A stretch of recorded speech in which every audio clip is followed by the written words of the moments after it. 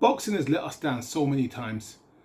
And, you know, it's very rare that we as boxing fans get a fight, whereas it's a legit 50-50. Everyone has an opinion and no one has the answer.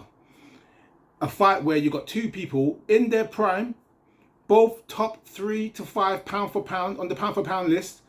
And it's, to me, it is most probably the most significant fight since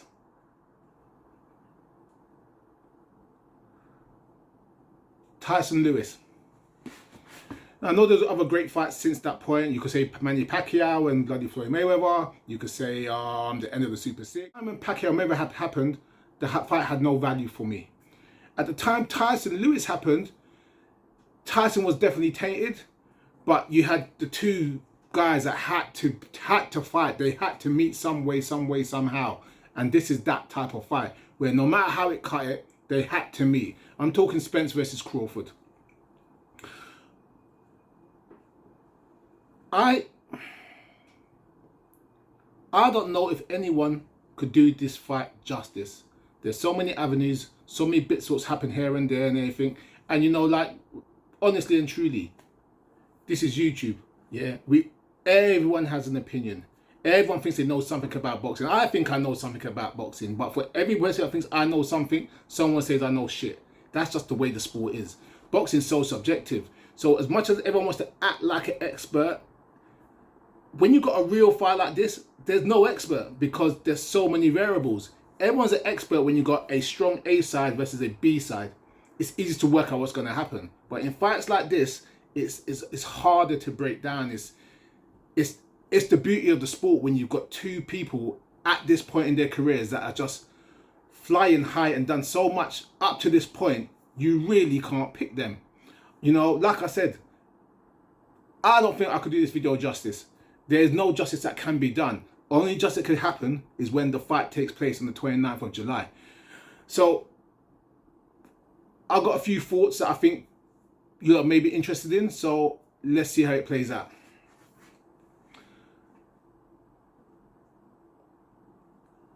There's a lot of talk about desire and want and need. And when it comes to desire, I feel Crawford has shown more desire for this fight than Spence. And there's a few reasons why. Crawford has said he wants Spence. And then Spence's team, or Spence, I think actually it was Spence, said, you signed with Top Rank, you're on the other side of the street. And that's when I've heard this terminology from Spence more, the other side of the street. Yes, other PBCs have said it, but it's come a lot out of Spence's mouth. And that's not, to me, that's a red flag. And when I say it's a red flag, it's not saying I want to fight you or I want to do something like that. You're saying you're on the other side of the street, so I don't even want to talk about it. Now, that could be promotional. That could be bravado. That could be Al Heyman saying, look, we've got a strong camp. We're building our camp. Don't promote these guys. Don't do this on these guys. Don't talk about these guys because we don't want to value them. The value's with us. I understand that. I respect that. That's business. But as a fighter, I think Spence shouldn't have said that.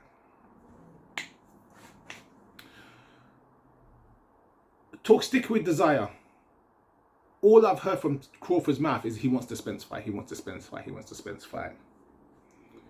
If you believe what Crawford said, there was a negotiation 6 months ago, 8 months ago, whenever it was, where they basically offered him a zero contract, which basically means he had no upside, no nothing, couldn't see the figures, couldn't see all the little bits and bobs. And he kind of exposed, if you want to say exposed, PBC, Al Heyman, and the whole thing to say, look, they tried to give me the shittiest deal. This was the shittiest deal when he was out of contract.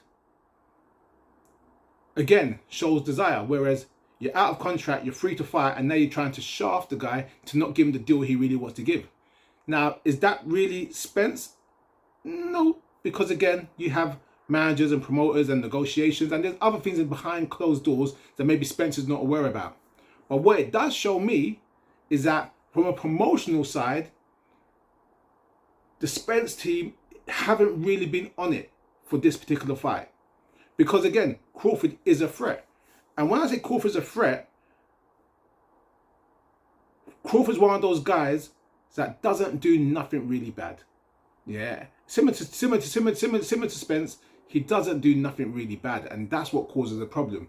I've mentioned this before in an old video years ago, that for me, Spence was always a 6-7 out of everything. He doesn't have the best jab, he doesn't have the best power, he's not the most athletic, he doesn't have the best body shots, he doesn't have the best hook, the best uppercuts, the best footwork, the best conditioning. He's not the best at everything. What he does, which makes him dangerous, is being a good 6 and 7 at everything, which means you never really have an advantage in the fight in any circumstance. And Crawford is similar, but Crawford has other attributes that adds to that, obviously in speed, athleticism, and XYZ. You know, now you can't put blame on fighters and say, well, the fighter didn't do this and the fighter didn't do that, because there are camps and there are teams and XYZ, you know what I mean? So there is more to it. But the point I'm making is that as the head of your camp, you should have some input on what's being done with your career. You should really be the head of your camp and the head of your team. And it's not really like that on the Spence side of the fence, right, at that time. You know, Crawford on his side, I think he showed more desire to get this fight done. And I think he's chased Spence in theory. Now, the champ shouldn't really chase the contenders. And the point I'm making is that in some ways, Crawford has helped elevate Spence by chasing him. Yes, Spence has 3 belts, but Spence is not considered pound for pound number 1. Spence is not a 3-weight world champion. So by a 3-weight world champion coming up chasing the guy, you could say in theory he's helped Spence. You know, when it comes to competition at 147, Spence has a stronger resume. He's the natural 147, wants to go up to 154 possibly. His resume is tight. You can't fault him. And the way he breaks fighters down, like class, quality, like no complaints.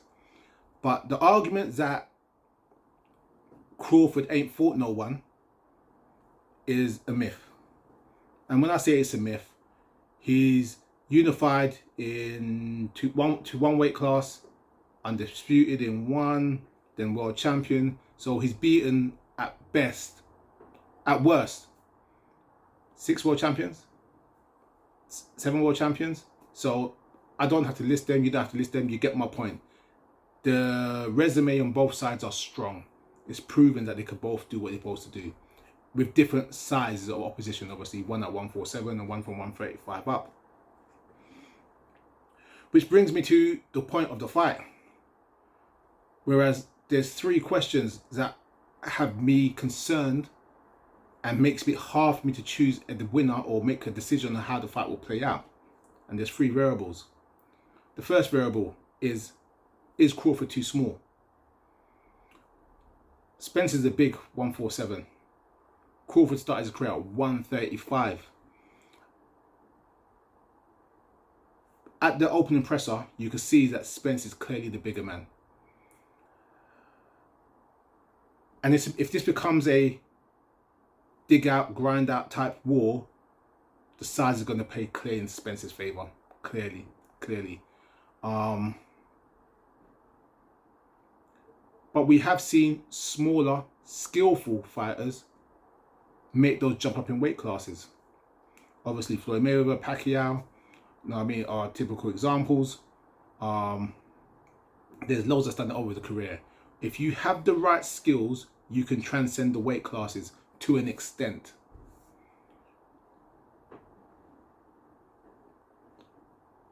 I don't want to say Crawford struggled at 147. He's won every fight by knockout. But he doesn't seem to have that physical dominance as he had in the lower weight classes. Something that Spence strives at, in that physical dominance way.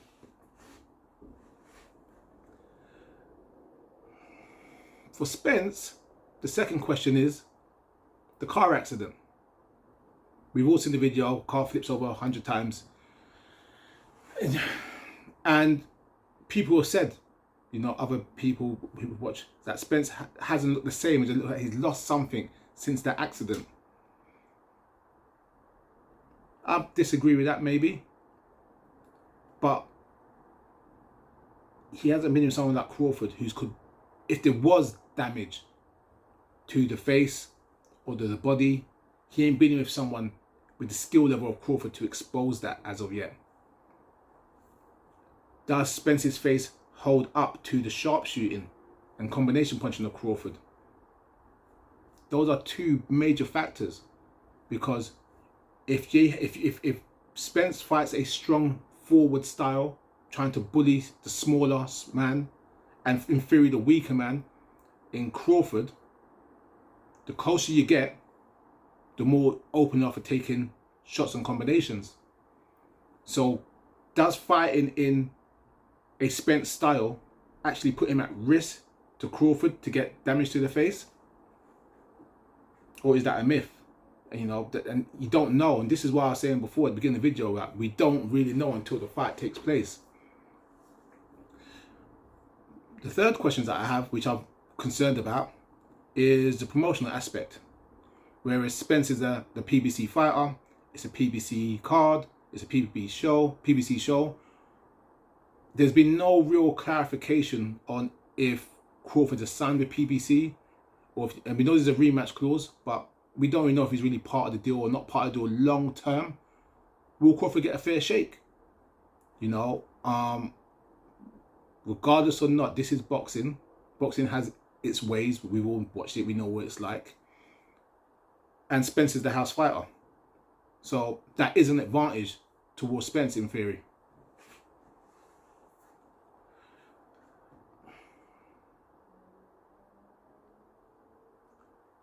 There's so many ways this fight could go. Like I said, it's hard to give a fair decision on how you think the fight's going to play out. In one of my favourite fights to argue about is Hagler versus Leonard. I remember watching that fight as a kid, and watching the fight, I thought Sugar Ray won. Hands down, Sugar Ray won. Watching the fight a few years later, a bit older, I thought Sugar Ray won, but it was a much closer fight. When I watched that fight in my 20s, I thought Hagler won. I thought he was a ring general, he forced the fight, he made it. I thought Sugar Ray was shoe shining, trying to steal rounds. And then I watched it again in my 30s at some point, and I was like, oh, you know, not sure now. It's kind of 50-50, because I could see how a fight like that can be confused and hard to score. In my 40s now, haven't watched the fight. If I watch that fight again, I'll mostly change my mind again and say it was Leonard, it was Hagler, it was a draw, it was whatever the decision was. And I feel we might get that type of fight over the weekend, where there's so many avenues that could take place.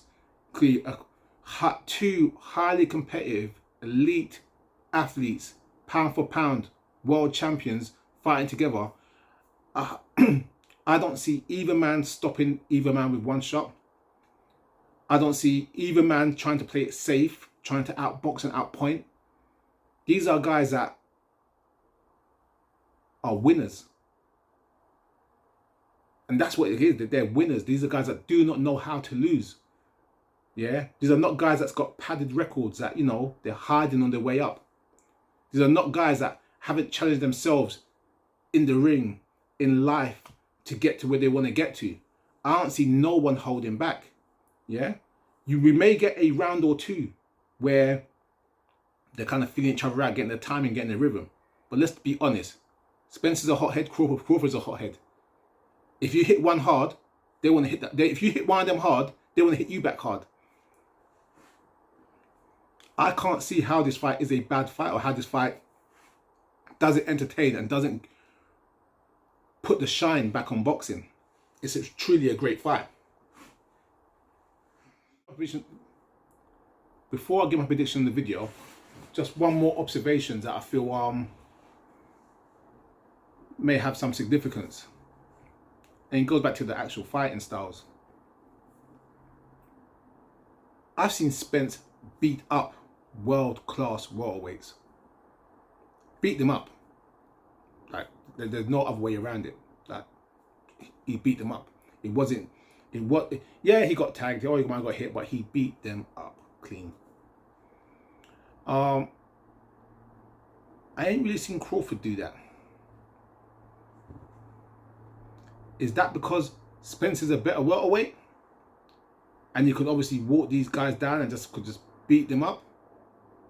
Or is it because Crawford's more skillful and he doesn't have to beat them up?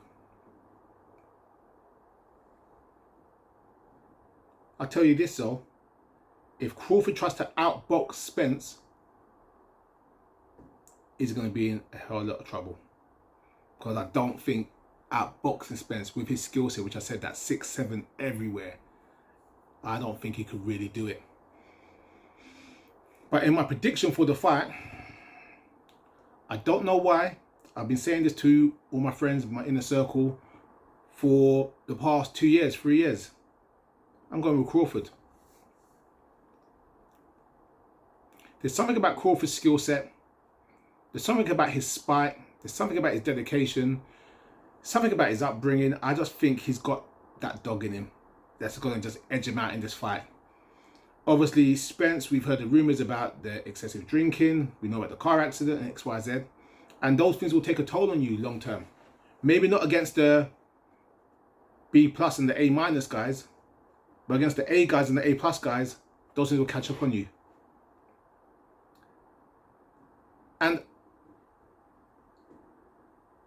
it will be hard to score, as I alluded to, really hard to score, especially coming to the middle rounds, because Crawford can't let Spence get his lead on. Yeah. We saw when Spence fought Kell Brook in the first, Kell Brook was outboxing and trying to be smart and trying to box him, but Spence worked out what he was doing and then started to walk him down, the eye issue and X, Y, Z, and then beat him up. He's learnt from that in terms of being caught behind and then playing catch up. He ain't gonna fall for that trick no more. In terms of Crawford, he can't let Spence get on the front foot. Having a bigger, stronger guy walk you down is never a good look. It's going to be hard to score. And it's going to be tight. I'm going for Crawford by points, possibly a late stoppage. Yeah, I'm sticking to that one. Late stoppage, Crawford. Let me know what you think, and see you next time.